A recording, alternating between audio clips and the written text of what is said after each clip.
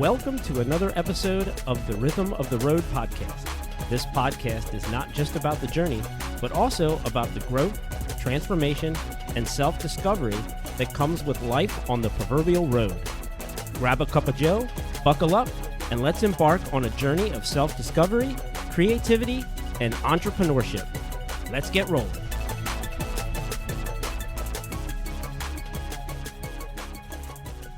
All right, I've been having this conversation with a lot of people lately, and I don't know that it matters whether you're coming from the music world, the writing world, the creative world, the business world, heck, any world.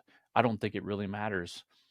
But I think so many times we judge when we do one thing and whether it fails or succeeds or does well or doesn't go in the direction we thought it would or it does, that is the one thing and it's the only thing.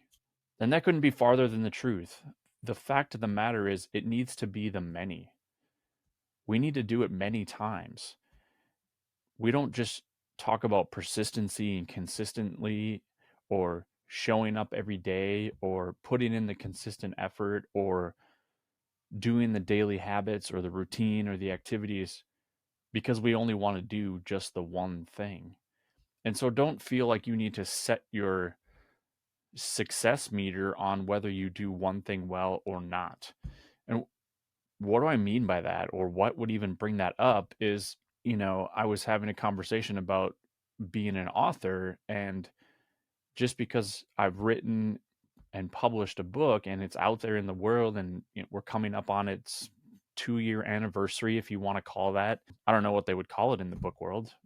I guess it would be an anniversary of the launch of the book.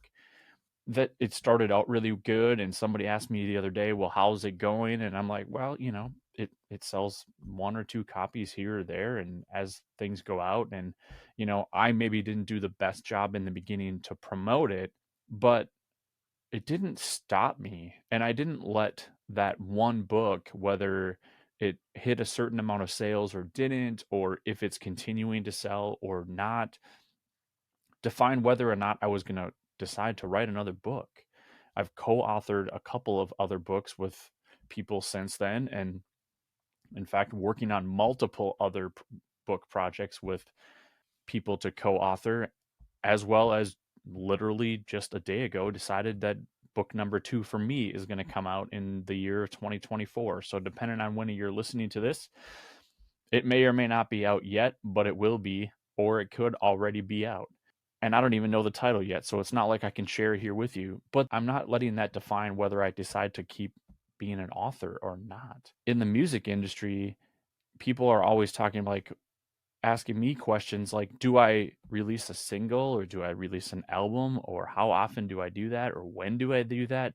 And the answer is always and as often as you can, because you never know what the one song or the one album is going to be that's going to resonate with the most amount of people. But the point is to keep doing it and keep showing up for doing it, and not only just keep creating, but keep evolving. How are you getting better? How are you learning? What are you learning from the process? And then what are you getting out of that? Because if you're able to release a song, let's say every month, which I've done successfully for the last coming up on 3 years, it's 2 years and 10 months at this point of recording this, every month releasing a minimum of 1 song. And some of those songs have done really well, and many of those songs have not. But it hasn't made me decide to stop releasing those songs. What it tells me is I just have to keep doing it. And whatever that thing is for you, whether it's writing articles, whether it's recording podcasts, whether it's releasing songs, whether it's businesses you're starting. I've started multiple businesses. I've closed multiple businesses. I've had some business failures. I've also had some business successes. And so I don't let that stop me because the one that I did didn't work. And I think too many times we're allowing ourselves to be like, well, hey, I released that one thing and it didn't really go that well, so I probably shouldn't do it anymore. Well, that's not the truth. Like, one could argue that you just started. Like you experienced it and you tried it on, kind of like going to the fitting room at the store, which I don't know if anybody does that anymore. Do they go shopping to a physical place and try things on in a fitting room and then decide whether they like it and then leave? It's kind of what you're doing. You're trying it on. Does it fit? Does it work? How does it look? Do I like the way I look? Do I care what other people think about what I look like? All of those kinds of things. As you're sitting there in the fitting room, it's no different. When I release a song because I know I had something to say and something creative happened in that moment and I could share it with the world. Is everybody going to like it? No. Are some people going to? Yes. In my mind, as long as one person will listen to it and honestly listen to it more than once, it was worth it for me because I reached one person. You don't need to judge yourself or your activity or your creativity or your business or your life just on that one thing. Do it multiple times. Know that it can work. There's a publisher, her name is Michelle, and she did a course or a process of releasing a book a month, every month for an entire year. If you're an author and you know what that process looks like, you know how much of a feat that was for her and how hard she had to work. But the one thing that she also said out of that process was there were only 2 or 3 books that sell really well.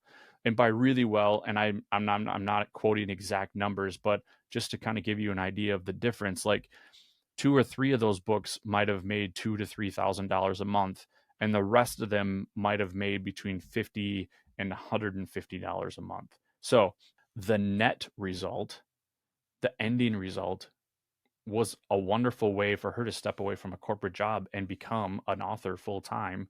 And as long as she continued to kind of release these books, not necessarily at the rate of one a month, but one every 6 months or one every 12 months, it continued to compile and it continued to compound.